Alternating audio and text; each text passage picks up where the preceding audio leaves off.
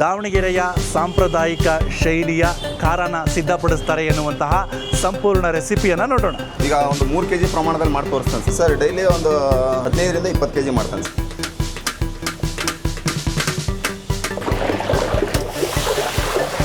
ಕುದ್ದುವಾಗ ಸ್ವಲ್ಪ ಕೈ ಇದಾಗುತ್ತೆ ಅಂತ ಅಂದ್ಬಿಟ್ಟು ಸ್ವಲ್ಪ ಸಣ್ಣಕ್ಕೆ ಮಾಡಿರ್ತಾವೆ ಸರ್. ಓಕೆ.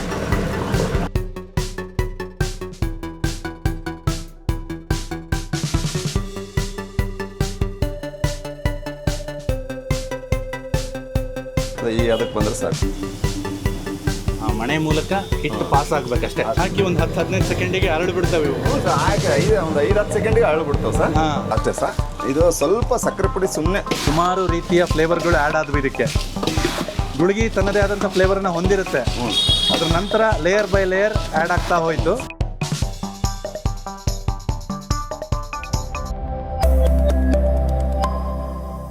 ವಿಶಿಷ್ಟ ರುಚಿಗಳನ್ನು ಆಸ್ವಾದಿಸಲು ಇಚ್ಛಿಸುವ ವಿಶಾಲ ಹೃದಯದ ಕನ್ನಡಿಗರಿಗೆ ನಿಮ್ಮ ವಿನಾಯಕನ ವಿನಯಪೂರ್ವಕ ನಮಸ್ಕಾರಗಳು. ವೀಕ್ಷಕರೇ, ವಿಶಿಷ್ಟ ರುಚಿ ಯೂಟ್ಯೂಬ್ ವಾಹಿನಿಗೆ ತಮ್ಮೆಲ್ಲರಿಗೂ ಪ್ರೀತಿಯ ಸ್ವಾಗತ. ನಾನಿವತ್ತು ನಮ್ಮ ಬೆಣ್ಣೆ ನಗರಿ ದಾವಣಗೆರೆಯ ಜಯದೇವ ಸರ್ಕಲ್ಗೆ ಬಂದಿದ್ದೀನಿ.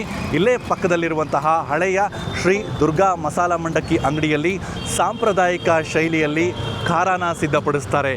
ಬನ್ನಿ, ಈ ಒಂದು ಸಂಚಿಕೆಯಲ್ಲಿ ಹಳೆಯ ಶ್ರೀ ದುರ್ಗಾ ಮಸಾಲ ಮಂಡಕ್ಕಿ ಅಂಗಡಿಗೆ ಭೇಟಿ ನೀಡಿ ಅಲ್ಲಿ ಯಾವ ರೀತಿ ಖಾರ ಸಿದ್ಧಗೊಳ್ಳುತ್ತೆ ಎನ್ನುವಂತಹ ಸಂಪೂರ್ಣ ರೆಸಿಪಿಯನ್ನು ನೋಡೋಣ.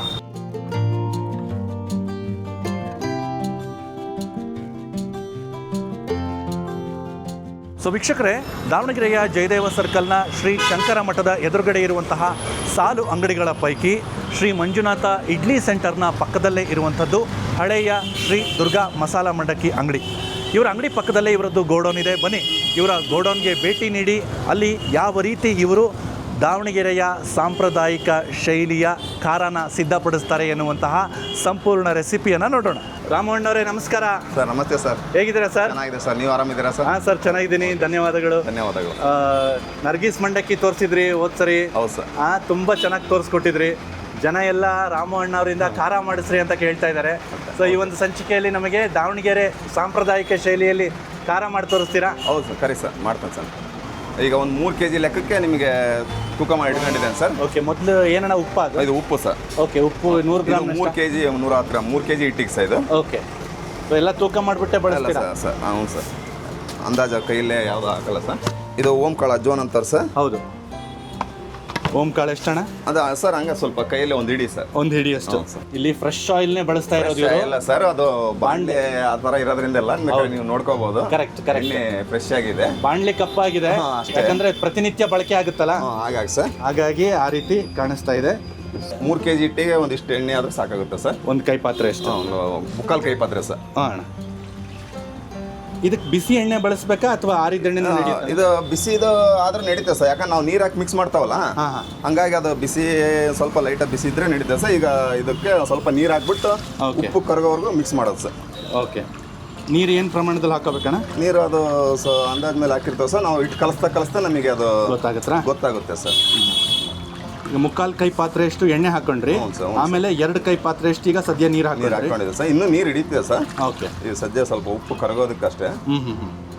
ಇವಾಗ ಹಿಟ್ಟು ಹಾಕೊಳ್ತೇನೆ ಸರ್. ಹಿಟ್ಟಣ್ಣ ಇದು ಒಂದು 6 kg ಇದೆ ಸರ್. ಇದರಲ್ಲಿ 3 kg ನಾನು ಹಾಕೊಳ್ತೇನೆ ಸರ್. 6 kg ಅಷ್ಟು ಹಿಟ್ಟಿದೆ, ಅದರಲ್ಲಿ ಈಗ ನಾನು ಒಂದು 3 kg ಹಾಕೊಳ್ತೇನೆ ಸರ್. ಓಕೆ. ಇದಕ್ಕೆ 3 kg ಅಷ್ಟು ಹಾಕೊಳ್ತೀರಾ?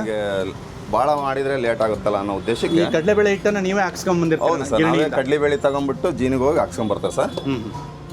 ಒರಿಜಿನಲ್ ಕಡಲೆಬೇಳೆ ಹಿಟ್ಟೆ ಸರ್. ಯಾವುದೇ ರೀತಿ ಅಕ್ಕಿ ಅಥವಾ ಏನೂ ಮಿಕ್ಸ್ ಇರಲ್ಲ ಸರ್. ಸೊ ಹಾಕಿಸ್ಕೊಂಬಂದ್ಮೇಲೆ ಜಲ್ದಿ ಹಿಡ್ಕೊಂಬೇಕಣ್ಣ ಇದನ್ನ? ಇಲ್ಲ, ಇದು ಖಾರಕ್ಕೆ ಜಲ್ದಿ ಹಿಡಿಯೋ ಅವಶ್ಯಕತೆ ಇಲ್ಲ ಸರ್. ಇದು ಗುಳಿಗೆ ಬೂಂದಿ, ಖಾರ ಬೂಂದಿ ಅಂತ ಮಾಡ್ತಾವಲ್ಲ, ಹೌದು, ಅದು ಗಂಟು ಆಗುತ್ತೆ ಅಂತ ಅದಕ್ಕೆ ಜಲ್ದಿ ಹಿಡಿತೇವೆ ಸರ್. ಓಕೆ. ಇದಕ್ಕೇನು ಜಲ್ದಿ ಹಿಡಿಯೋ ಅವಶ್ಯಕತೆ ಇಲ್ಲ ಸರ್ ಅದಕ್ಕೆ. ಇನ್ನೊಂದು ಕಡೆ ಎಣ್ಣೆನ ಬಿಸಿ ಮಾಡ್ಕೊಳಕ್ಕೆ ಇಟ್ಕೊಂಡಿದ್ದೀರಾ? ಹ್ಞೂ ಸರ್. ಪ್ರತಿನಿತ್ಯ ಇಲ್ಲಿ ಎಷ್ಟು kg ಖಾರ ಮಾಡ್ತೀರಣ್ಣ? ಸರ್ ಡೈಲಿ ಒಂದು 15ರಿಂದ 20 kg ಮಾಡ್ತಾನೆ ಸರ್. 15ರಿಂದ 20 kg ಹಿಟ್ಟಿಂದು ಬರೀ ಖಾರ ಒಂದೇ ಸರ್, ಮತ್ತು ಗುಳಿಗೆ ಬೇರೆ ಮಾಡ್ತಾನೆ ಸರ್. ಹಾಂ.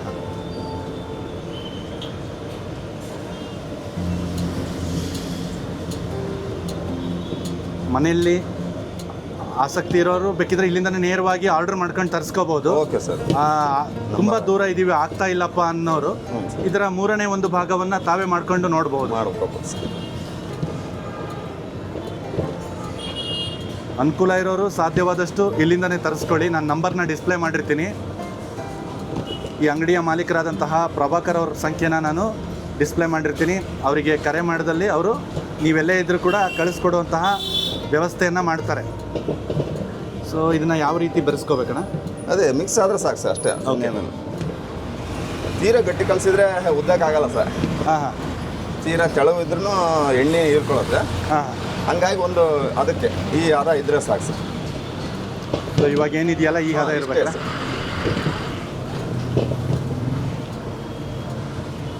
ಇಷ್ಟೇ ಸರ್, ಏನು ಜಾಸ್ತಿ ಮಿಕ್ಸ್ ಮಾಡೋ ಅವಶ್ಯಕತೆ ಇಲ್ಲ ಸರ್. ಬರೀ ನೀರಲ್ಲಿ ಮಿಕ್ಸ್ ಆದರೆ ಸಾಕು ಸರ್. ಓಕೆ. ಜಾಸ್ತಿ ತಿಕ್ಕಬೇಕು ಆ ಥರ ಏನಿಲ್ಲ ಸರ್. ಖಾರ ಉದ್ದದಕ್ಕೆ ಮಣಿ ತಗೊಂಡಿದ್ದೀರಾ? ಮಣಿ ತಗೊಂಡಿದ್ದೇನೆ ಸರ್. ಓಕೆ. ಎಣ್ಣೆ ಕಾದಿದೆ ಸರ್ ಈಗ. ಎಣ್ಣೆ ಕಾದತ್ರ? ಹ್ಞೂ ಸರ್. ಹಿಂಗೆ ನೋಡ್ಕೋಬೇಕು. ಹಾಂ, ತೀರಾ ಜಾಸ್ತಿನೂ ಕಾಯಬಾರ್ದು ಸರ್, ಹಾಂ. ತೀರಾ ಕಡಿಮೆ ಅಲ್ಲ, ಒಂದು ಮೀಡಿಯಮ್ ಆಗಿದ್ರೆ ಸಾಕು ಸರ್. 70 to 80% ಅಷ್ಟೇ ಕಾದಿರ್ಬೇಕು. ಸರ್, ಅಷ್ಟೇ ಸರ್. ಭಾಳ ಕಾದ್ರೆ ಇನ್ನೂ ಉತ್ತಿದ್ದಂಗೆ ಓಕೆ. ಖಾರ ಉತ್ತಿದ್ದಂಗೆ ಕಪ್ಪಾಗ್ಬಿಡುತ್ತೆ ಸರ್. ಭಾಳ ಕಾದಿದ್ರೆ ಒಂದು ಮೀಡಿಯಮ್ ಆಗಿ ಕಾದಿದ್ರೆ ಸಾಕು ಸರ್. ಈ ಅದಕ್ಕೆ ಬಂದರೆ ಸಾಕು ಸರ್. ಓಕೆ. ಈ ಥರ ಮಾಡ್ಕೋಬೇಕು ಸರ್. ಓಕೆ. ಉದ್ದನ ಸರ್ ಈ ಥರ ಮಾಡ್ಕೋಬೇಕು. ಅಷ್ಟೇ, ಅಷ್ಟೇ ಸರ್. ಓಕೆ.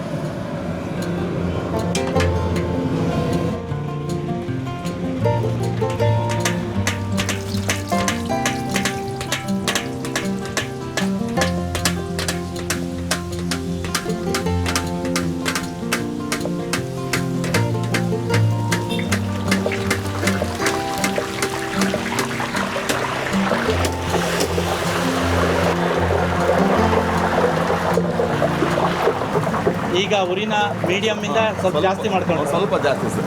ಉದ್ದುವಾಗ ಸ್ವಲ್ಪ ಕೈ ಇದಾಗುತ್ತೆ ಅಂತ ಅಂದ್ಬಿಟ್ಟು ಸ್ವಲ್ಪ ಸಣ್ಣಕ್ಕೆ ಮಾಡಿರ್ತಾವೆ ಸರ್. ಓಕೆ. ಇದಂಗೆ ತಕ್ಷಣ ತಿರುಗಿಸ್ಕೊಂಡ್ಬಿಡ್ಬೇಕು. ಹಾಂ, ಅಷ್ಟೇ ಸರ್. ಭಾಳ ಲೇಟ್ ಆಗಲ್ಲ ಸರ್, ಒಂದು ನಿಮಿಷ ಅಷ್ಟೇ.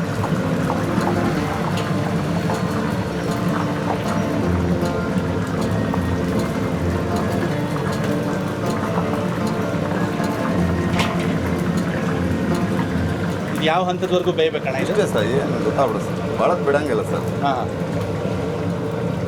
ಇಷ್ಟೇ ಸರ್.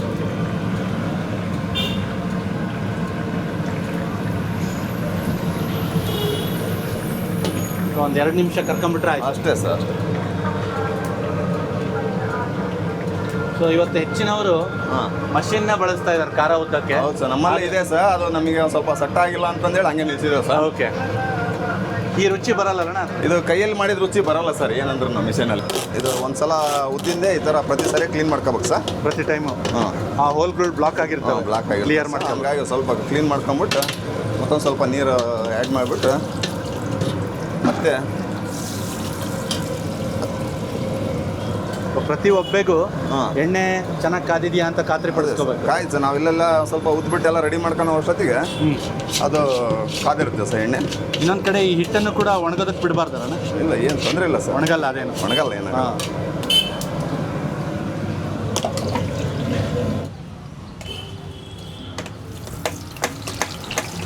ಬಲ ಹಾಕಿ ಉದ್ದಬೇಕು.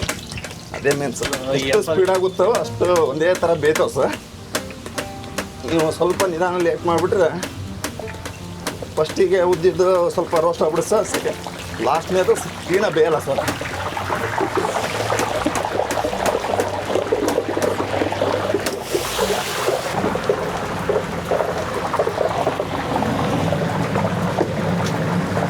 ಹಾಕೋವಾಗ ಉರಿ ಕಡಿಮೆ ಇಟ್ಕೊಂಡಿರ್ತೀರಾ? ಹ್ಞೂ ಸರ್, ಒಂದು ಉದ್ದವಾಗ ಹಾಂ. ಕೈ ಸುಡುತ್ತಾ ಹೀಟ್ ಬಡಿಯುತ್ತೆ ಅಂತ ಅಂದ್ಬಿಟ್ಟು ಕಮ್ಮಿ ಮಾಡ್ಕೊಂಡಿರ್ತಾವೆ ಸರ್. ಓಕೆ. ಈಗ ಬೇಯಿಸುವಾಗ ಸ್ವಲ್ಪ ಜೋರು ಮಾಡ್ಕೊಳ್ತಾರೆ ಸರ್. ಹಾಂ ಹಾಂ.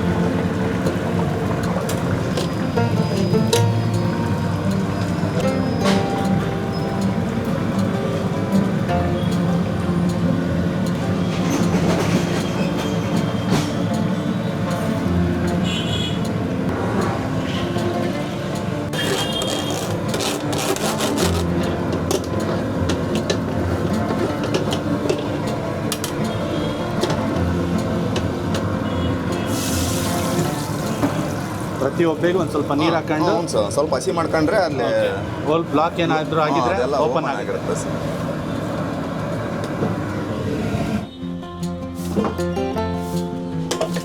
ಉರಿನ ಕಡಿಮೆ ಮಾಡ್ಕೊಂಡ್ರೆ ಉದ್ದವಾಗ. ಹ್ಞೂ ಸರ್.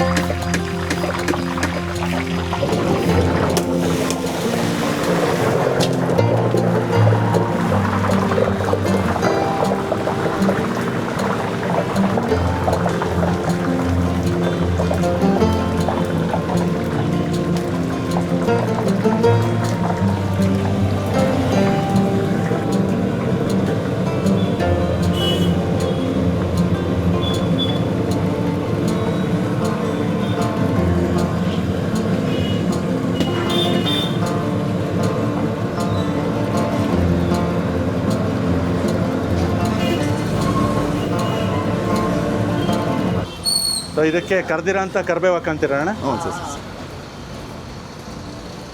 ಹಾಂ ಇಷ್ಟೇ ಸರ್. ಸೊ ರೆಡಿ ಆಯಿತು. ಇದು ಈಗ ಖಾರ ರೆಡಿ ಆಗಿದೆ ಸರ್. ಓಕೆ.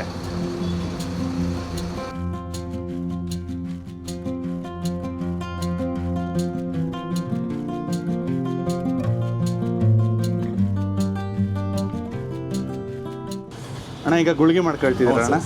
ಗುಳಿಗೆಗೆ ಹಿಟ್ಟನ್ನು ಜಲ್ದಿ ಇಟ್ಕೋಬೇಕಾಗುತ್ತೆ. ಹೌದು ಸರ್. ಸೊ ಏನು ಪ್ರಮಾಣದಲ್ಲಿ ಹಿಟ್ಟು ತೊಗೊಂಡಿದ್ದೀರಣ್ಣ? ಸರ್ ಇದು ಒಂದು ಮೋಸ್ಟ್ಲಿ ಒಂದು 1.5 kg ಇರ್ಬೋದು ಅನ್ಸುತ್ತೆ ಸರ್ ಅಷ್ಟೇ. ಓಕೆ. ಇದಕ್ಕೆ ಏನಿಲ್ಲ ಸರ್, ಇದಕ್ಕೆ ಹಿಟ್ಟು ನೀರು ಎರಡೇ ಐಟಮ್ ಸರ್. ಬೇರೆ ಏನೂ ಹಾಕಂಗಿಲ್ಲ ಸರ್. ನಾವು ರೆಡಿ ಆದಮೇಲೆ ಉಪ್ಪು, ಖಾರ ಪುಡಿ ಮತ್ತು ಬೆಳ್ಳುಳ್ಳಿ ಅವೆಲ್ಲ ಲಾಸ್ಟಿಗೆ ಹಾಕೊಳ್ಳೋದು ಸರ್. ಹಾಂ ಹಾಂ. ಇವಾಗ ಏನಂದರೆ ಬರೀ ಹಿಟ್ಟು ನೀರು ಅಷ್ಟೇ ಕಲ್ಸ್ಕೋಬೇಕು ಸರ್. ಓಕೆ.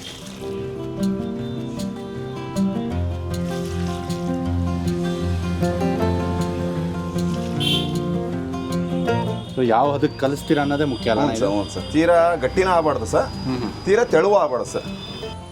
ಖಾರಕ್ಕೆ ಕಂಪೇರ್ ಮಾಡಿದರೆ ಗುಳಿಗೆಗೆ ಸ್ವಲ್ಪ ತೆಳುವಾಗಿ ಇರ್ಬೋದು. ಹ್ಞೂ ತೆಳುವಾಗಿರ್ಬೇಕು ಸರ್. ಖಾರಕ್ಕಾದ್ರೆ ಎಣ್ಣೆ ಉಪ್ಪು ಎಲ್ಲ ಆಗ್ತದೆ ಸರ್, ಇದಕ್ಕೆ ಏನು ಹಾಕಂಗಿಲ್ಲ ಸರ್.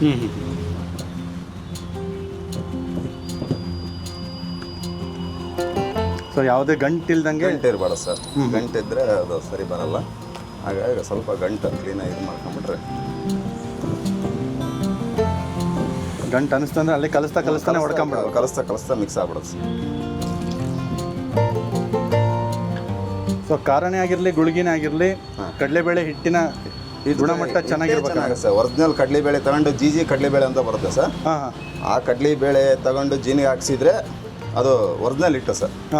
ನಾವು ರೆಡಿಮೇಡ್ ತಂದರೆ ಅದರಲ್ಲೆಲ್ಲ ಮಿಕ್ಸಿಂಗ್ ಅಕ್ಕಿ ಮಿಕ್ಸ್ ಮಾಡಿರ್ತಾರೆ, ಮೆಕ್ಕೆಜೋಳ ಮಿಕ್ಸ್ ಮಾಡಿರ್ತಾರೆ. ಹಂಗಾಗಿ ಇದು ನಾವು ಕಡಲೆಬೇಳೆ ತಗೊಂಡು ಬೀಸೋದ್ರಿಂದ ಕ್ವಾಲಿಟಿ ಚೆನ್ನಾಗಿ ಬರುತ್ತೆ ಸರ್ ಐಟಮ್. ಅದು ಅದಕ್ಕೆ ಬಂದರೆ ಸಾಕು ಸರ್. ಓಕೆ ಸರ್ ಹೇಳಿದ್ರೆ ಸಾಕಷ್ಟು ಸರ್. ತೀರಾ ತೆಳುಗಾದರೆ ಗುಳಿಗೆ ದುಂಡಿಗೆ ಬರಲ್ಲ ಸರ್. ಗಟ್ಟಿ ಆದರೂ ದುಂಡಿಗೆ ಬರಲ್ಲ ಸರ್, ಉದ್ದ ಬರ್ತವೆ. ಓಕೆ ಅಣ್ಣ, ಇದಕ್ಕೆ ಎಣ್ಣೆ ಜಾಸ್ತಿ ಕಾದಿರ್ಬೇಕು? ಸ್ವಲ್ಪ ತೀರಾ ಜಾಸ್ತಿ ಅಲ್ಲ ಸರ್, ಖಾರ ಮಾಡ್ತಾವಲ್ಲ ಅದಕ್ಕಿಂತ ಸ್ವಲ್ಪ ಜಾಸ್ತಿ ಎಣ್ಣೆ ಕಾದಿರ್ಬೇಕು ಸರ್. ಸೊ ಇದಕ್ಕೆ ಬೇರೆ ಮಣಿ ಇರುತ್ತಲ್ಲ? ಇದು ಗುಳಿಗೆ ಮಣಿ ಸರ್. ಇದು ದಪ್ಪ ಹೋಲ್ ಇರುತ್ತೆ. ಇದು ಗುಳಿಗೆದೇ ಬೇರೆ ಮಣಿ, ಖಾರದ್ದೇ ಬೇರೆ ಮಣಿ ಸರ್. ಖಾರಕ್ಕೆ ಒಂದು 70-80% ಎಣ್ಣೆ ಕಾದಿರಬೇಕು ಅಂದ್ರಿ. ಹ್ಞೂ ಸರ್. ಇದಕ್ಕೊಂದು 90% ಅಷ್ಟೇ ಸರ್. ಅಷ್ಟೇ ಏನಿಲ್ಲ, ಒಂದು 2 ಹನಿ ನೀರು ಹೊಡೆದ್ರೆ ಗೊತ್ತಾಗ್ಬಿಡುತ್ತೆ ಸರ್. ಇನ್ನೊಮ್ಮೆ ಕೈ ಪಾತ್ರೆಯಲ್ಲಿ ಚೆನ್ನಾಗಿ ಮಿಕ್ಸ್ ಮಾಡ್ಕೊಳ್ತೀರಾ? ಹ್ಞೂ ಸರ್.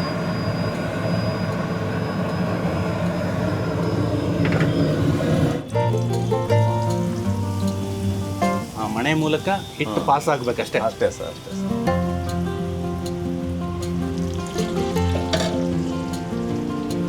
ಜಾಸ್ತಿ ಪ್ರಮಾಣದಲ್ಲಿ ಹಾಕೊಳಕ್ಕೆ ಹೋಗ್ಬಾರ್ದು, ಯಾಕಂದ್ರೆ ಉಕ್ಕಿ ಹೊರಗೆ ಬರೋ ಸಾಧ್ಯತೆ ಉಕ್ಕಿರುತ್ತೆ ಸರ್.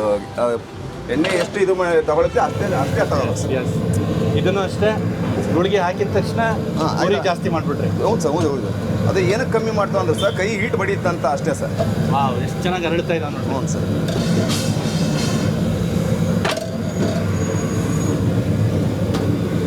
ಈಗ ಆದಾಗ ಸ್ವಲ್ಪ ಮಿಕ್ಸ್ ಮಾಡ್ಕೊಂಡ್ಬಿಟ್ಟು ಉಲ್ಟಾ ಹಾಕ್ಬಿಟ್ರೆ ಬೇಯುತ್ತೆ ಸರ್.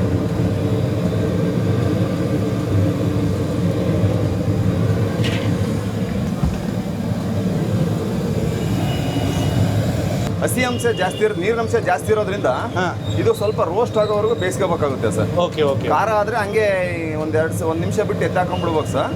ಇದು ಆ ಥರ ಅಲ್ಲ ಸರ್, ಇದು ಸ್ವಲ್ಪ ಬೇಯಬೇಕು ಸರ್. ಸ್ವಲ್ಪ ಟೈಮ್ ತಗೊಳುತ್ತೆ. ಸ್ವಲ್ಪ ಟೈಮ್ ತಗೊಳುತ್ತೆ ಸರ್.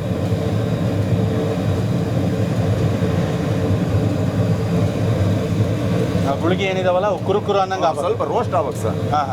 ಇಲ್ಲ ಅಂದರೆ ಮೆತ್ತಗಿದ್ರೆ ತಿನ್ನೋಕ್ಕೆ ಚೆನ್ನಾಗಿ ಅನ್ಸಲ್ಲ ಸರ್. ಕರೆಕ್ಟ್. ಪಂಚಮಿ ಟೈಮ್ನಲ್ಲಿ ಬೇಕಿದ್ರೆ ಸಪ್ಪನ್ ಶೇವು, ಸಪ್ಪನ್ ಗುಳಿಗೆ ಸಿಗುತ್ತೆ. ಉಗಾದಿ ಪಂಚಮಿ ಹಬ್ಬ ಬರುತ್ತಲ್ಲ ಸರ್, ಅವಾಗ ಸಪ್ಪೆ ಸೇವು, ಸಪ್ಪೆ ಗುಳಿಗೆ ಎಲ್ಲ ಸಿಗುತ್ತೆ ಸರ್. ಓಕೆ. ಇದು ಏನಿಲ್ಲ ಸರ್, ಹಿಂಗೆ ಹಾಕಿದ ತಕ್ಷಣ ಸೌಂಡ್ ಬರ್ಬೇಕು ಸರ್. ಇವಾಗ ಬಾಂಡ್ಲಿಗೆ ಹಿಂಗೆ ತಕೊಂಡ್ರಲ್ಲ, ಈಗ ಹಾಕಿದ ತಕ್ಷಣ ಪಾತ್ರೆಗೆ ಸೌಂಡ್ ಬರ್ಬೇಕು. ಸೌಂಡ್ ಬಂತು ಅಂದರೆ ಕರೆಕ್ಟಾಗಿ ಬೆಂದಿದ್ದಾವೆ ಅಷ್ಟೇ ಸರ್. ಅರ್ಥ. ಓಕೆ. ಇದು ಪ್ರತಿ ಸರಿ ಒಂದು ಸಲ ಕ್ಲೀನ್ ಮಾಡ್ಕೊಳ್ಬೇಕು ಸರ್. ಅದು ಕ್ಲೀನ್ ಮಾಡ್ಕೊಳ್ಳೋದ್ರಿಂದ ನೆಕ್ಸ್ಟ್ ಟೈಮ್ ಹಾಕುವಂಥ ಗುಳಿಗೆ ದುಂಡು ಬರ್ತದೆ ಸರ್. ಓಕೆ. ಇದಕ್ಕೆ ಅಂತ ಒಂದು ಬ್ರಷ್ ಇಟ್ಕೊಂಡು ಅದಕ್ಕೆ ಅಂತ ಸಪ್ರೇಟ್ ಒಂದು ಬ್ರಷ್ ಇರುತ್ತೆ ಸರ್. ಓಕೆ. ಅದಿಲ್ಲ ಅಂದರೆ ಸ್ವಲ್ಪ ದುಂಡಿಗೆ ಬರಲ್ಲ ಸರ್. ಪ್ರತಿ ಒಬ್ಬಕ್ಕೂ ಆ ಥರ ಕ್ಲೀನ್ ಮಾಡ್ಕೋಬೇಕು. ಆ ಥರ ಕ್ಲೀನ್ ಮಾಡ್ಕೋಬೇಕು ಸರ್.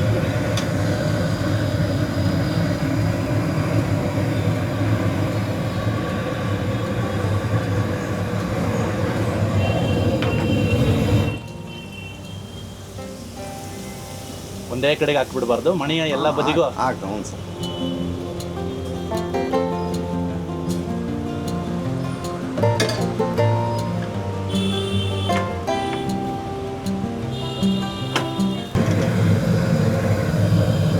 ಹಾಕಿ ಒಂದು 10-15 ಸೆಕೆಂಡಿಗೆ ಅರಳು ಬಿಡ್ತವೆ ಇವು. ಹ್ಞೂ ಸರ್. ಹಾಕಿ ಒಂದು 5-10 ಸೆಕೆಂಡಿಗೆ ಅರಳು ಬಿಡ್ತಾವೆ ಸರ್. ಅವಾಗ ಒಂದು ಸ್ವಲ್ಪ ಉಲ್ಟಾ ಮಾಡ್ಕೊಂಬಿಟ್ರೆ ಮುಗೀತು ಸರ್. ಈ ಥರ ತಗೊಂಡು ಈ ಥರ ಉಲ್ಟಾ ಮಾಡ್ಕೊಂಬಿಟ್ರೆ ಆಯ್ತು ಸರ್.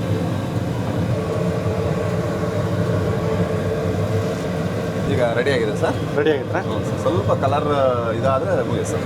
ಓಕೆ. ಏನಿಲ್ಲ, ಇದು ನೋಡಿ ಈಗ ಈ ಥರ ಆಗ್ತಾವಲ್ಲ, ಈ ಥರ ಹಾಕಿದಾಗ ಸೌಂಡ್ ಬರ್ಬೇಕು ಸರ್. ಹಾಂ. ಈಗ ಹಾಕೊಳ್ಳುವಾಗ ಸೌಂಡ್ ಬಂದರೆ ಆಗಿದೆ ಅಂತ. ಓಕೆ. ಕೆಲವರು ಮುಟ್ಟು ನೋಡ್ತಾರೆ ಕುರುಕುರು ಆಗಿದಾವೆ ಅಂತ. ಮುಟ್ಟಿ ನೋಡ್ಬೋದು ಸರ್. ಸ್ವಲ್ಪ ಮುಟ್ಟು ನೋಡಿದ್ರೆ ಗಟ್ಟಿ ಬರುತ್ತೆ ಸರ್.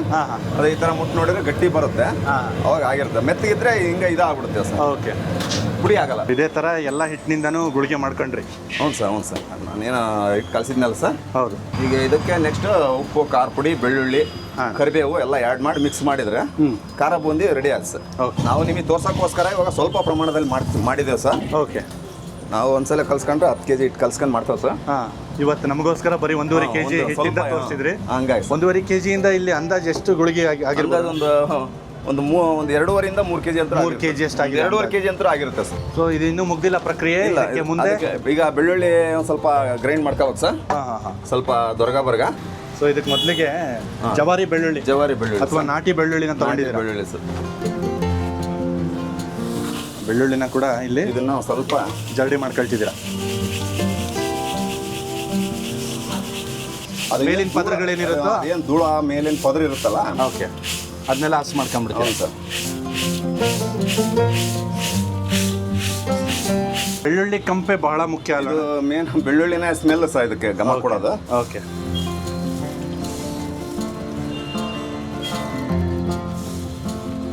ಬೆಳ್ಳುಳ್ಳಿನ ಯಾವ ಪ್ರಮಾಣದಲ್ಲಿ ತಗೊಳ್ತೀರಣ್ಣ? ಸ್ವಲ್ಪ ತಗೊಳ್ತಾನೆ ಸರ್, ತೋರಿಸ್ತಾನೆ. ಇದಕ್ಕೆ ಇಷ್ಟೇ ಗ್ರಾಮ್ ಲೆಕ್ಕ ಅಂತ ಏನಿಲ್ಲ, ಹೇಳಕ್ಕಾಗಲ್ಲ, ಅಂದಾಜು.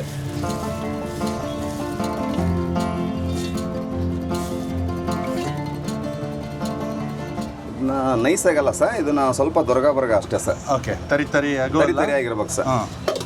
ನೈಸ್ ಏನು ಇರಂಗಿಲ್ಲ ಸರ್, ಜಾಸ್ತಿ ಲೈಟ್ ಆಗಿ.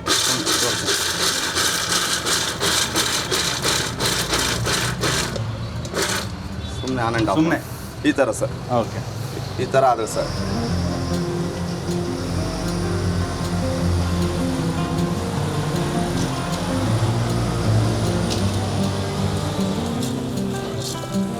ಸುಮ್ಮನೆ ಜಸ್ಟ್ ಮೇಲಿಂದ ಸ್ವಲ್ಪ ಓಪನ್ ಆದಂಗೆ. ಓಪನ್ ಆಯ್ತು ಸರ್. ಒಂದರಲ್ಲಿ ಒಂದು ಬೆಳ್ಳುಳ್ಳಿ 2 ಪೀಸ್ ಆದರೆ ಸಾಕು ಸರ್, ಅಷ್ಟೇ. ಓಕೆ.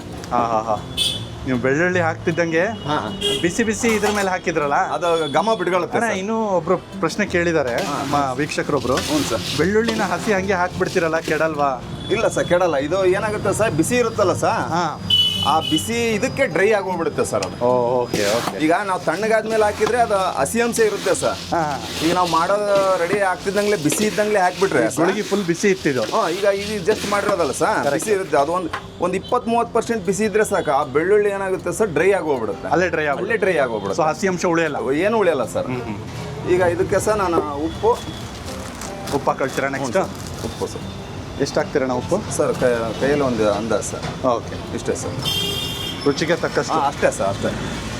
ನಿಮಗೆಲ್ಲ ಅಲ್ಲಿ ಕನ್ನಡದಲ್ಲೇ ಅದು ಕೈಯಲ್ಲೇ ಐಟಮಿಗೆ ಕೈಯಲ್ಲೇ ಗೊತ್ತಾಗ್ಬಿಡುತ್ತೆ ಸರ್. ಕರೆಕ್ಟ್. ನೀವೇ ಹಾಕ್ಸಿಟ್ಕೊಂಡಿರೋ ಇದು ನಾವೇ ಮೆಣಸಿಗೆ ತಗೊಂಡ್ಬಿಟ್ಟು ಪೌಡ್ರ್ ಮಾಡ್ಸ್ಕೊಂಡು ಬರ್ತಾರೆ ಸರ್. ಖಾರನೂ 1-2 ಟೇಬಲ್ ಸ್ಪೂನ್ ಅಷ್ಟೇ ಸರ್. ಇದು ಸ್ವಲ್ಪ ಸಕ್ಕರೆ ಪುಡಿ ಸುಮ್ಮನೆ ತುಂಬ ಅಲ್ಲ, ಸ್ವಲ್ಪ ಹಂಗೆ ಲೈಟಾಗಿ ಟೇಸ್ಟ್ ಲೈಟಾಗಿ ಒಂದು ಅರ್ಧ ಟೇಬಲ್ ಸ್ಪೂನ್ ಅಷ್ಟು ಅಂತ ಹೇಳ್ಬೋದ್ರೆ? ಅದು ಹಾಕ್ಲಿಲ್ಲ ಅಂದ್ರೂ ತೊಂದರೆ ಇಲ್ಲ. ಸ್ವಲ್ಪ ಸ್ವೀಟಿಶ್ ಫ್ಲೇವರ್ ಸಿಕ್ಕರೆ ಚೆನ್ನಾಗಿರುತ್ತೆ. ಅಷ್ಟೇ ಸರ್.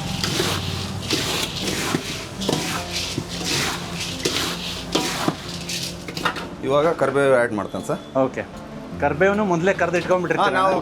ರೆಡಿ ಕರೆದು ಇಟ್ಕೊಂಡ್ಬಿಟ್ಟಿರ್ತೇವೆ ಸರ್. ಓಕೆ. ನಾವು ಒಂದು 5 kg ತಗೊಂಬಂದು 5 kg ಕರೆದು ಇದರಲ್ಲಿ ಫುಲ್ ಸ್ಟೋರೇಜ್ ಮಾಡ್ಕೊಂಡ್ಬಿಟ್ಟಿರ್ತೇವೆ ಸರ್. ನೀವು ಕರೆದು ತಿಂಗಳಾನ್ಗಂಟ್ಲೆ ಇಟ್ಟರೆ ಏನಾಗಲ್ಲ, ನಮಗೆ ಒಂದು 4-5 ದಿವಸಕ್ಕೆ ಖಾಲಿ ಆಗ್ಬಿಡುತ್ತೆ ಸರ್. ಹೌದ್ರಾ? ನರಗಿಸು ಎಲ್ಲವಕ್ಕೂ ಬೇಕಲ್ಲ ಸರ್, ಬೆಳ್ಳುಳ್ಳಿ ಮಂಡಕ್ಕಿ. ನೋಡ್ರಿ, ಇದರಲ್ಲಿ ಕರಿಬೇವಿನ ಫ್ಲೇವರು ಆ್ಯಡ್ ಆಯ್ತು. ಇವಾಗ ಆ ಕರಿಬೇವಿನ ಘಮನೂ ಸೇರ್ಕೊಳ್ತು, ಬೆಳ್ಳುಳ್ಳಿಯ ಘಮ ಇದೆ, ಖಾರ ಇದೆ, ಸ್ವಲ್ಪ ಸಕ್ಕರೆ ಪುಡಿನೂ ಹಾಕಿದ್ರು, ಸುಮಾರು ರೀತಿಯ ಫ್ಲೇವರ್ಗಳು ಆ್ಯಡ್ ಆದವು ಇದಕ್ಕೆ. ಗುಳಿಗೆ ತನ್ನದೇ ಆದಂಥ ಫ್ಲೇವರನ್ನು ಹೊಂದಿರುತ್ತೆ. ಅದ್ರ ನಂತರ ಲೇಯರ್ ಬೈ ಲೇಯರ್ ಆ್ಯಡ್ ಆಗ್ತಾ ಹೋಯಿತು. ಈಗ ಇದು ರೆಡಿ ಆಯ್ತು ಸರ್. ರೆಡಿ ಆಯ್ತಾ ಸರ್? ಗುಳಿಗೆ ರೆಡಿ ಆಯಿತು. ಗುಳಿಗೆ ರೆಡಿ ಆಯ್ತು ನೋಡ್ರಿ, ನಮ್ಮ ಸಾಂಪ್ರದಾಯಿಕ ಶೈಲಿ, ನಮ್ಮ ದಾವಣಗೆರೆಯ ಸಾಂಪ್ರದಾಯಿಕ ಶೈಲಿಯ ಗುಳಿಗೆ ಇದು. ಹ್ಞೂ ಸರ್. ಜೊತೆಗೆ ಖಾರನೂ ತೋರಿಸ್ಕೊಟ್ಟಿದ್ದೀರಾ. ಹ್ಞೂ ಸರ್. ಹ್ಞೂ.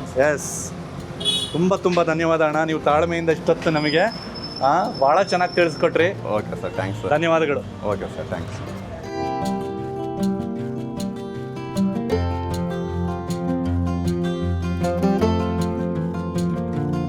ಹಳೆಯ ಶ್ರೀ ದುರ್ಗಾ ಮಸಾಲ ಮಂಡಕ್ಕಿ ಅಂಗಡಿಯಲ್ಲಿ ಯಾವ ರೀತಿ ಖಾರನ ಸರ್ವ್ ಮಾಡ್ತಾರೆ ಅಂತ ನೋಡೋಣ.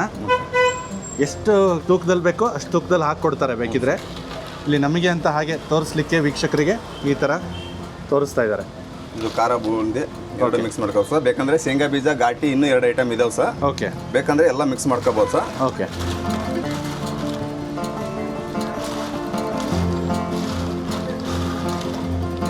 ಇದಕ್ಕೆ ಈರುಳ್ಳಿ, ಕೊತ್ತಂಬರಿ ಓಕೆ ಮಿಕ್ಸ್ ಮಾಡ್ಕೊಂಡು ತಿಂದ್ರೆ ಸರ್ ಓಕೆ ಒಳ್ಳೆ ಟೇಸ್ಟ್, ತುಂಬ ಚೆನ್ನಾಗಿರುತ್ತೆ.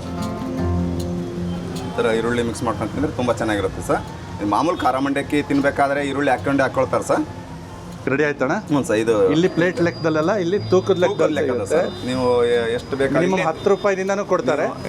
Minimum 50 gram sir. 50 ಗ್ರಾಮಿಂದ ನೀವು ಎಷ್ಟು ಬೇಕಾದ್ರೂ ತಗೋಬಹುದು. ಹ್ಞೂ ಸರ್. ಇಲ್ಲೇ ಬಂದು ತಿನ್ನೋರು ತಿನ್ಬೋದು, ಪಾರ್ಸಲ್ ತಗೊಂಡು ಹೋಗ್ಬೋದು. ಪಾರ್ಸಲ್ ಕೊಡುವಾಗ ಈರುಳ್ಳಿ ಅದನ್ನೇನು ಕೊಡೋದಿಲ್ಲ ಸರ್. ನೀವಾಗಿ ಕೇಳಿದ್ರೆ ಕೊಡ್ತೇವೆ ಸರ್. ಕೊಡ್ತಾರೆ.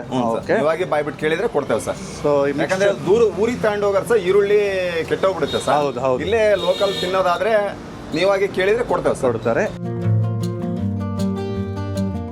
ಸೊ ವೀಕ್ಷಕರೇ, ಇಷ್ಟೊತ್ತು ಹಳೆಯ ಶ್ರೀ ದುರ್ಗಾ ಮಸಾಲ ಮಂಡಕ್ಕಿ ಅಂಗಡಿಯಲ್ಲಿ ರಾಮು ಅಣ್ಣ ಯಾವ ರೀತಿ ಶೇವ್ ಅಥವಾ ಖಾರ ಮತ್ತು ಗುಳಿಗಿನ ಯಾವ ರೀತಿ ಸಿದ್ಧಪಡಿಸಿದ್ರು ಎನ್ನುವಂತಹ ಸಂಪೂರ್ಣ ಪ್ರಕ್ರಿಯೆಯನ್ನು ನೋಡಿದ್ವಿ. ಈಗ ನನಗೆ ಒಂದು ಸ್ವಲ್ಪ ಖಾರನ ಟೇಸ್ಟ್ ಮಾಡಿ ಅಂತ ಹಾಕಿಕೊಟ್ಟಿದ್ದಾರೆ. ಜೊತೆಗೆ ಅದಕ್ಕೆ ತಾವು ನೋಡಿದ ಹಾಗೆ ಈರುಳ್ಳಿ ಹಾಗೆಯೇ ಕೊತ್ತಂಬರಿಯನ್ನು ಕೂಡ ಹಾಕಿಕೊಟ್ಟಿದ್ದಾರೆ. ಈ ಖಾರಕ್ಕೆ ಮೇಲೆ ಸಣ್ಣದಾಗಿ ಈರುಳ್ಳಿನ ಹೆಚ್ಕೊಂಡು ಸ್ವಲ್ಪ ಕೊತ್ತಂಬರಿಯನ್ನು ಹಾಕ್ಕೊಂಡು ತಿಂದಾಗಲೇ ಮಜಾ. ಸಾಮಾನ್ಯವಾಗಿ ಈ ಖಾರನ ನಾವು ಹಾಗೆ ಅಂದರೆ ಸಪ್ಪೆ ಮಂಡಕ್ಕಿ ಜೊತೆಗೆ, ಬೆಳ್ಳುಳ್ಳಿ ಮಂಡಕ್ಕಿ ಜೊತೆಗೆ, ನರ್ಗೀಸ್ ಮಂಡಕ್ಕಿ ಜೊತೆಗೆ ತಿಂತೀವಿ. ಆದರೆ ಇಲ್ಲಿ ನಾನು ಹಾಗೆ ಟೇಸ್ಟ್ ಮಾಡಿ ನೋಡ್ತೀನಿ. ಸುಮಾರು ಜನ ಹಾಗೆ ಖಾರ ತಿನ್ನೋದಕ್ಕೂ ಅಂತಂದರೆ ಖಾರನ ನೇರವಾಗಿ ತಿನ್ನೋದಕ್ಕೂ ಕೂಡ ಇಷ್ಟಪಡ್ತಾರೆ. ಬನ್ನಿ ಈಗ ಖಾರ ಯಾವ ರೀತಿ ರುಚಿಸುತ್ತೆ ಅಂತ ನೋಡೋಣ. ಸೊ ಈ ಖಾರದಲ್ಲಿ ಸುಮಾರು ರೀತಿಯ ಫ್ಲೇವರ್ಗಳು ನನಗೆ ಸಿಗ್ತಾ ಇದೆ. ಈ ಬರೀ ಖಾರ ಅಥವಾ ಸೇವು ಹಾಗೆ ತಿನ್ನೋದಕ್ಕೂ ತುಂಬ ರುಚಿಯಾಗಿದೆ. ಓಂಕಾಳು ಹಾಗೆ ಉಪ್ಪನ್ನು ಮಾತ್ರ ಹಾಕಿ ಮಾಡಿಕೊಟ್ಟಿದ್ದಾರೆ. ಇವರು ಬಳಸಿರುವಂತಹ ಕಡಲೆಬೇಳೆ ಹಿಟ್ಟು ತುಂಬ ಒಳ್ಳೆ ಗುಣಮಟ್ಟದ್ದು ಅಂತ ನನಗಿಲ್ಲಿ ತುಂಬ ಚೆನ್ನಾಗಿ ಗೊತ್ತಾಗ್ತಾ ಇದೆ. ಯಾಕೆಂತಂದರೆ ಇದರ ರುಚಿ ಅಷ್ಟು ಚೆನ್ನಾಗಿದೆ. ಜೊತೆಗೆ ತಾವೇ ನೋಡಿದ ಹಾಗೆ ಗುಳಿಗೆಗೆ ಇವರು ಬೆಳ್ಳುಳ್ಳಿಯನ್ನು ಹಾಕಿದರು. ಹಾಗಾಗಿ ಆ ಬೆಳ್ಳುಳ್ಳಿಯ ಫ್ಲೇವರ್ ನನಗೆ ಸಿಗ್ತಾ ಇದೆ. ತುಂಬ ಒಳ್ಳೆ ಕಂಪನ್ನು ಕೊಡ್ತಾ ಇದೆ. ಮತ್ತು ಇವರು ಹಾಕಿದಂತಹ ಖಾರದ ಪುಡಿಯನ್ನು ಇವರೇ ಸ್ವತಃ ಹೋಗಿ ಗಿರಣಿಗೆ ಹಾಕಿಸ್ಕೊಂಬರ್ತಾರೆ. ಅದರ ತಾಜಾತನೂ ನನಗಿಲ್ಲಿ ತುಂಬ ಮಜಾ ಕೊಡ್ತಾ ಇದೆ. ಜೊತೆಗೆ ಇವರು ಹಾಕಿರುವಂತಹ ಕರ್ಬೇವಿನ ಫ್ಲೇವರ್ ರೀ ಎಕ್ಸಲೆಂಟು. ಇದೆಲ್ಲದರ ಜೊತೆಗೆ ಮೇಲೆ ಏನು ಈರುಳ್ಳಿ ಹಾಕ್ಕೊಟ್ಟಿದ್ದಾರೆ, ಆ ಈರುಳ್ಳಿಯ ಕ್ರಂಚಿನೆಸ್ಸು ಈ ಖಾರದ ರುಚಿಯನ್ನು ಇನ್ನೂ ಹೆಚ್ಚಿಸ್ತಾ ಇದೆ. ಇಂಥ ಒಂದು ಪ್ಲೇಟ್ ಏನು ಎಷ್ಟು ಖಾರ ಕೊಟ್ಟರು ಖುಷಿಯಾಗಿ ತಿನ್ನಬಹುದು. ಯಾಕೆ ಅಂತಂದರೆ ಇದರ ರುಚಿನೂ ಅಷ್ಟು ಚೆನ್ನಾಗಿದೆ. ಜೊತೆಗೆ ಇದರ ಗುಣಮಟ್ಟ, ಇವರು ಹಾಕಿರುವಂತಹ ಪ್ರತಿಯೊಂದು ಪದಾರ್ಥನೂ, ಪ್ರತಿಯೊಂದು ಇಂಗ್ರೀಡಿಯೆಂಟು ಇವರು ತುಂಬ ಕಾಳಜಿ ವಹಿಸಿ ಶ್ರದ್ಧೆಯಿಂದ ಮಾಡಿಕೊಟ್ಟಿದ್ದಾರೆ. ತುಂಬ ಚೆನ್ನಾಗಿದೆ. ಸೊ ವೀಕ್ಷಕರೇ, ನಿಮಗೂ ಕೂಡ ಅವಕಾಶ ಸಿಕ್ಕಾಗ ಇಲ್ಲಿಂದ ಖಾರನ ಆರ್ಡ್ರ್ ಮಾಡಿ ತರಿಸ್ಕೊಂಡು ನೋಡಿ. ನೀವು ದೂರ ಇದ್ದರೆ, ನೀವಿಲ್ಲೇ ದಾವಣಗೆರೆ ಸುತ್ತಮುತ್ತ ಇದ್ದರೆ ಅಥವಾ ದಾವಣಗೆರೆಯಲ್ಲೇ ಇದ್ದರೆ ಒಮ್ಮೆ ಇಲ್ಲಿಗೆ ಬಂದುಬಿಟ್ಟು ಇಲ್ಲಿ ಸಿಗುವಂತಹ ರುಚಿಯಾದ ಖಾರನ ತಿಂದು ನೋಡಿ. ಖಂಡಿತವಾಗ್ಲೂ ನಿಮಗೆ ಇಷ್ಟ ಆಗುತ್ತೆ. ಸೊ ವೀಕ್ಷಕರೇ, ನೋಡಿದ್ರಲ್ಲ ಈ ಒಂದು ಸಂಚಿಕೆಯಲ್ಲಿ ದಾವಣಗೆರೆಯ ಜಯದೇವ ಸರ್ಕಲ್ ಬಳಿ ಇರುವಂತಹ ಹಳೆಯ ಶ್ರೀ ದುರ್ಗಾ ಮಸಾಲ ಮಂಡಕ್ಕಿ ಅಂಗಡಿಗೆ ಬಂದುಬಿಟ್ಟು ಇವರು ಯಾವ ರೀತಿ ದಾವಣಗೆರೆಯ ಸಾಂಪ್ರದಾಯಿಕ ಶೈಲಿಯಲ್ಲಿ ಖಾರನ ಸಿದ್ಧಪಡಿಸ್ತಾರೆ ಅಂತ ನೋಡಿದ್ವಿ. ಜೊತೆಗೆ ಇಲ್ಲಿಯ ಖಾರ ಯಾವ ರೀತಿ ರುಚಿಸುತ್ತೆ ಅಂತ ಕೂಡ ನಾನು ತಿಂದುಬಿಟ್ಟು ತಮಗೆ ತಿಳಿಸಿದೆ. ನಿಮಗೂ ಕೂಡ ಅವಕಾಶ ಸಿಕ್ಕಾಗ ಒಮ್ಮೆ ಇಲ್ಲಿಗೆ ಬಂದುಬಿಟ್ಟು ಇಲ್ಲಿ ಸಿಗುವಂತಹ ರುಚಿಯಾದ ತಿಂಡಿಗಳನ್ನು ಸವಿಯೋದನ್ನು ಮರಿಬೇಡಿ. ಅದರಲ್ಲೂ ವಿಶೇಷವಾಗಿ ಇಲ್ಲಿ ಸಿಗುವಂತಹ ಅಥೆಂಟಿಕ್ ಖಾರನ ತಿಂದು ನೋಡೋದನ್ನು ಮರಿಬೇಡಿ. ನಿಮಗೆ ಖಂಡಿತವಾಗ್ಲೂ ಇಷ್ಟ ಆಗೇ ಆಗುತ್ತೆ ಅಂತ ಹೇಳ್ತಾ, ದಯವಿಟ್ಟು ಇನ್ನೂ ಕೂಡ ತಾವು ನಮ್ಮ ವಾಹಿನಿಯನ್ನು ಸಬ್ಸ್ಕ್ರೈಬ್ ಮಾಡ್ಕೊಂಡಿಲ್ಲ ಅಂತಂದರೆ ಈ ಕೂಡಲೇ ಸಬ್ಸ್ಕ್ರೈಬ್ ಮಾಡಿಕೊಂಡು ನಮ್ಮ ವಿಡಿಯೋಗಳನ್ನು ನೋಡ್ತಾ, ಇಷ್ಟ ಆದರೆ ಲೈಕ್ ಮಾಡ್ತಾ ನಮ್ಮನ್ನು ಬೆಂಬಲಿಸಿ ಅಂತ ಮನವಿಯನ್ನು ಮಾಡ್ಕೊಳ್ತಾ ಈ ಒಂದು ಸಂಚಿಕೆಯನ್ನು ಇಲ್ಲಿಗೆ ಮುಗಿಸ್ತಾ ಇದ್ದೀನಿ. ನಮಸ್ಕಾರ.